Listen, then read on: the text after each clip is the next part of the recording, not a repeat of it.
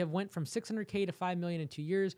Worried we will lose it all. I'm going to go out on a limb and say you have put a lot in on equipment and financing. There might be some debt or just really low margins, because worried we will lose it all means you've grown so big so fast. There's a lot of downside where there's somehow going to be threat to you losing it all. If that's the case, I would highly recommend going into profit mode. That's based on what I have here, that's what I would say. Next year, we don't do 8 million. We do 5,300,000, but we make an extra 15% in margin.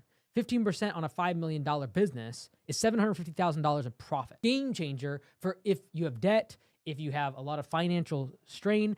The thing that you might be struggling with, though, is you have built the infrastructure of a $8 million business to facilitate the growth, and you might need to lay off or cut some dead weight on the overhead side of things. Equipment, shop space, especially if the equipment's not being used, admin or salespeople that are not super efficient or not hitting their numbers, trying to cut that as much as possible. I would say go into profit mode is your best hope. And if you're really, really bad, like if it's bad, you're gonna have to cut assets and people that are not fully utilized to reduce your overhead.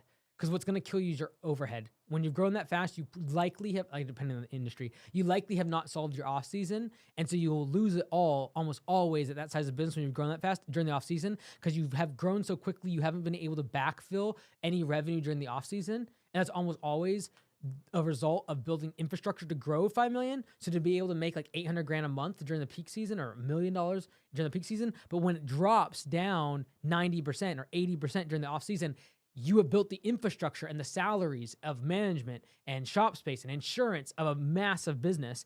And that's when it catches up with you when you're growing so quickly.